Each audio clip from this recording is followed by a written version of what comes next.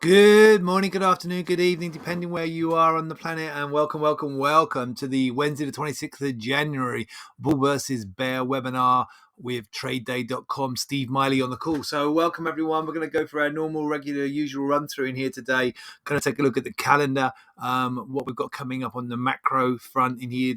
Also, going to take a look at the micro calendar, the earnings calendar, see what we've got coming up in earnings that might affect the major indices or might affect financial markets more broadly, with some of the bigger stocks reporting. We'll also take a look at the macro fundamental events, the news stories that are impacting markets right here, right now. Really not much to add to what we've been seeing recently anyhow.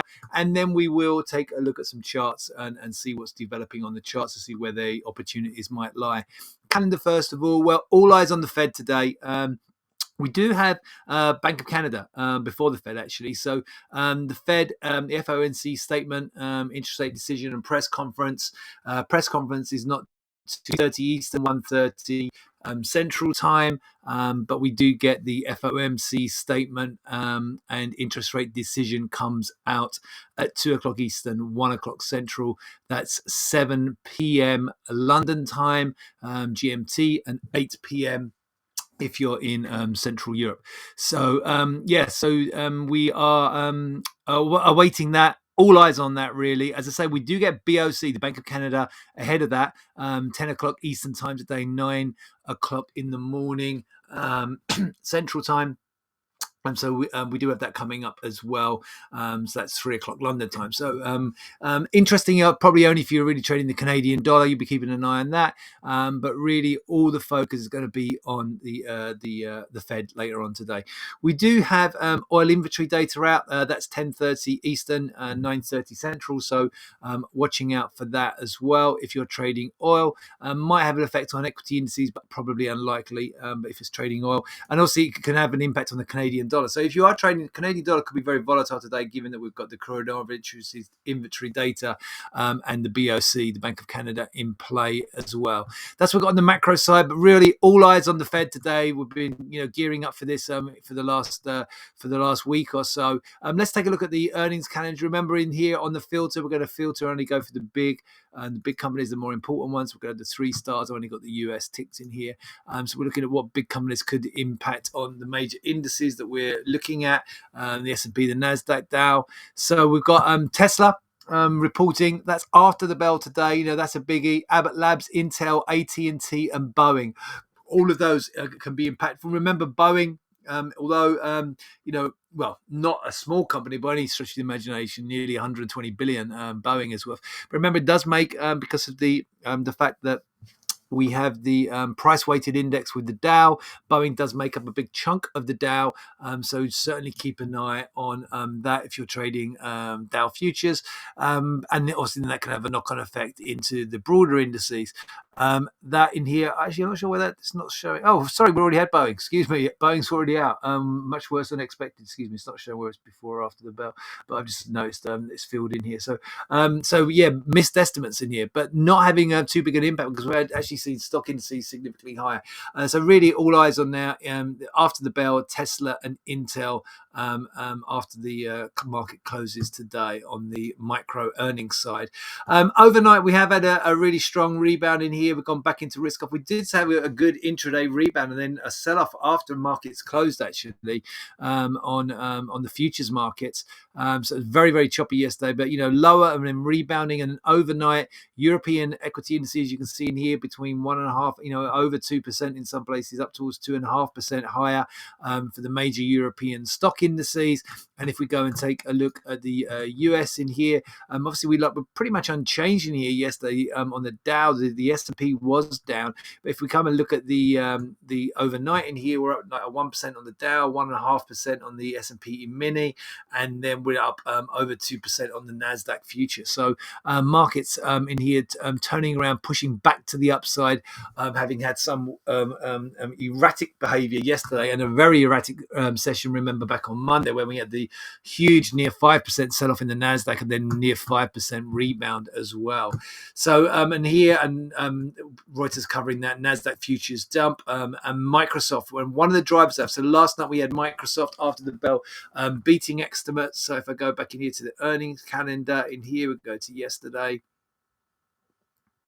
and we see Microsoft in here, a good beat on earnings, a good beat on the EPS as well, the earnings per share, and also some good forward guidance on their cloud product. So that good forward guidance in here also helping Microsoft higher and helping the Nasdaq higher as well this morning. And what else in here? So world stocks gain ahead of Fed oil watches Russia Ukraine. So Russia Ukraine and the Fed's completely in focus in here at the moment. They've been in focus in here for over a week now, and all eyes on the Fed really. Now, from a trading perspective, guys, and actually just finish off while we're here, just run through some of this macro stuff. So again, nothing that I haven't covered already from the 5 things you need to start your day from Bloomberg.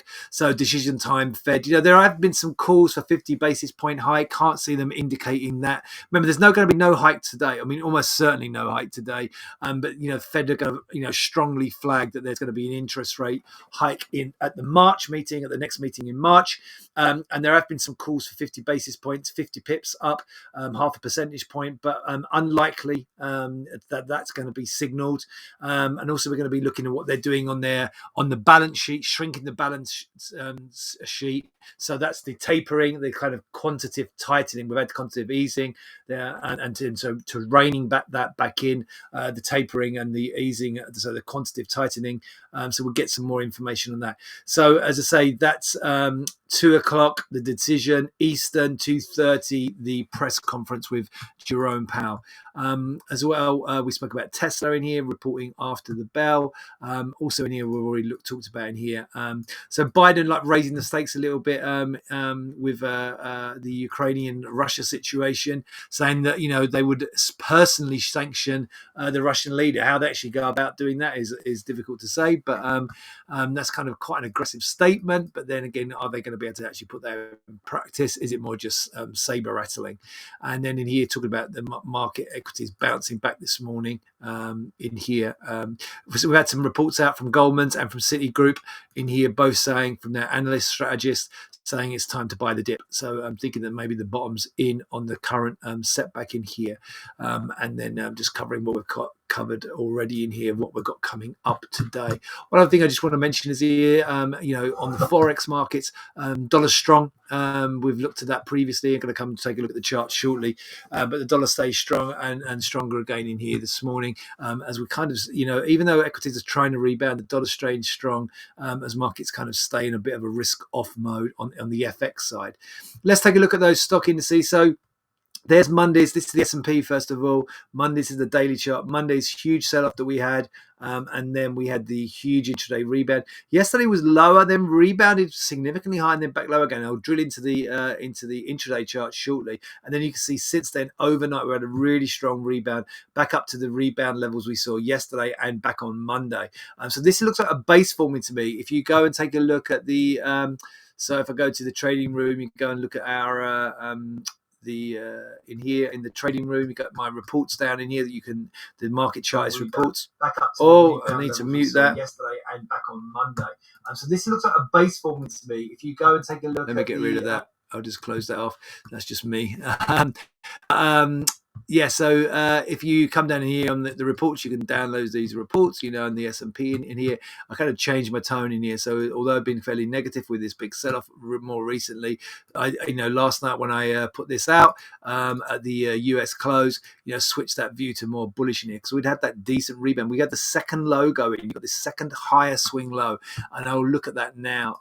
So if you go and take a look in here, if we drill onto the 1 hour chart, so you can see there's Monday, the big sell-off and rebound, and then you get this sell-off, and we talk about the 50%. We did undercut the 50%, just undercut the 61.8%. That's just of Monday's price action, and then but it was reluctant to give up the 61.8%. Then we went all the way back up higher, and then going into the close, we had a big sell-off into the close, and then a rebound straight after the close as well. Once we got those Microsoft data, and then once Europe opened, then it was quiet over through the Asian session, and then once Europe opened, this is 8 a.m. in here, London time. time, okay, 8 a.m. London time here, when the European markets open, markets are shot back higher again. And we've actually in here, the S&P, we've overcome the peaks in here that we saw previously here and here, these two rebound peaks. So this looks like, on a bigger picture basis, looks like we've got a base form. Now we've got this longer term trend line, or not longer term, going back to the middle of January, the market kind of,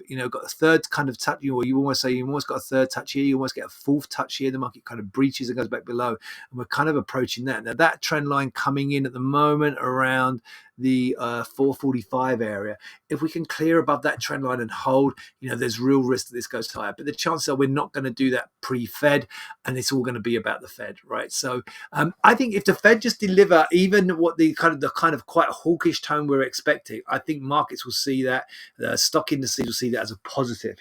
It's only if the Fed step even more hawkish, I think we could see markets back low. But I do think there's a base built here and here. You've got higher highs now and higher lows, two higher lows. You've got this high here. You didn't get a higher high here. Now you've got a higher high this morning. I think the market is signaling to us that a base is in, and then all the threat is to the upside for me going into today and going into this into the balance of this week. But I think the Fed are going to have to deliver something far more hawkish than we're already expecting. And remember, the market's already kind of pricing in at least 4 rate hikes in here at the moment, right? We're getting close to pricing in 4 rate hikes. There's already been talk, unless the Fed of like this 50 basis point 0.5% rate hike in the first meeting in the expected first rate hike in March, unless they start to signal that they are going to do that. I really don't feel that. I think the market's got a lot of negativity built into it already around the Fed, and a lot of negativity around Russia, Ukraine, and any kind of any kind of just kind of normal delivery. If we just get what's kind of expected, which I think is the 4 rate hikes, if we they deliver what they've kind of already told us they're going to deliver, I think equity markets will actually take it as a positive. If they're even the slightest bit, stepping back away from the hawkish stance, if they're slightly more dovish, the equity markets would really fly to the upside. They're going to have to deliver an even more hawkish tone than they've already delivered us, and I just do not see that happening. Particularly with the big sell-off we've seen, right? They keep an eye on the equity markets as well. Nasdaq's nearly 20% off the highs. S&P 500 over 10%. They don't want to see these markets significantly lower in here. And really, they've already sent a strong signal to the market. The market's already pricing in a quite aggressive Fed for 2022. They don't need to signal anything more hawkish. So that's the S&P, and it's very, the tail of the tape is similar for the Nasdaq in here. So, the huge sell-off on the Nasdaq, then we had this big Monday sell-off and rebound, lower Tuesday, and again, it doesn't really show us on the daily chart, but it was lower. We bounced really back significantly higher and then closed, very negatively, but then we've had this really strong rebound. And again, if I step in here, we've got a 30-minute chart on the Nasdaq in here. This is a basing pattern for me. Yeah? So there's Mondays. We had the sell-off, rebound, sell-off into the close, yesterday, and then a rebound after the close with the Microsoft news, quite through the Asian session, and again stronger in here. We've now overcome this peak, these two peaks here, and then we're not quite back above Monday's peak. We can clear Monday's peak, so Monday's peak is up there at 14,218.75. I got it out there. I think that's right. No, that's wrong. Sorry, they're the lows. 14,522. 524 above 14,525. Then you've got these overnight peaks in here about 14,500. Where are we there on these overnight peaks? 14,582. So the two levels really, I think, 14,525 and 14,582. If we can get above those two levels in here, then this could really fly. We could easily add back another 2+%. We're already up, remember, 2% on the day. So this could add in on the future. So we could easily add in another couple of percent for me on the top side. If we get even, I think, an inline Fed. Let's have a quick nod to some of the non-equity markets in here while we're here. I spoke about the dollar index. So you can see the dollar index was strong yesterday. We did get this little kind of negative candlestick yesterday, a little bit of a setback, but you can see the market already rebounding. I think that's just was a buy opportunity. This looks bullish to me. Again, it's going to be all about the Fed in here as well. Now, if the Fed obviously steps slightly more dovish, the chances are then the dollar sells off. But at the moment, this little uptrend is very much intact. On the oil side, very erratic, inside pattern, but a dip and a rebound. In my reports this morning, when I was writing these last night, this looks still quite negative. But then already this morning, we've overcome this peak in here from a couple of days ago, That high there, 86.09. We've pushed through that peak, and we're now aiming back at the peak up here. So oil in here looking bullish again, and on gold in here kind of slightly cautious. We did prod to another new recovery high yesterday, a slight setback. Again, I'm kind of quite bullish on gold in here overall. And the uptrend still very much intact. The volatility's dropped out of it since we had that big impulsive move higher last Wednesday. But it's still pointing higher. And despite, as I mentioned this, over the last 2, 3, 4 webinars, despite the dollar staying strong, remember there's an inverse correlation usually between the dollar and gold. And despite the dollar staying strong, gold is still managing to maintain its bid and maintain its strength. So that's a good sign in it. If we go back into a risk on mode though, then what's driving gold higher? But we could see then, if we go to risk on mode, dollar could sell off, and then that could be an impetus for gold higher as well. So again, playing this one from the long side, probably, as I previously, oil, I was looking last night, was looking more negative. Now it's looking more positive again. So, my words of wisdom, my words of advice through going into the Fed, you maybe cautiously trading pre-Fed. I would certainly suggest closing out positions as you go into Fed, and maybe have some triggers in, maybe have some trigger stops to enter positions. For me, it's playing it from the long side on the equities at the moment. But if the Fed step more hawkish, then you shift and play it from the short side. You have to be reactive when we're in this kind of environment, when we have a major geopolitical or macro event, and we've got this major macro event. So all eyes on the Fed, and then obviously we're also being aware of what's going on on the Russia-Ukraine border as well. I'm watching for any breaking news on that. I'm going to wish you all a great trading day. Stay safe out there. Watch yourself through the Fed. Be careful. Keep those stops tight. And I'll be back with you with another bull versus bear webinar on Thursday, and to dissect what's gone on with the Federal Reserve overnight. Take care. Bye.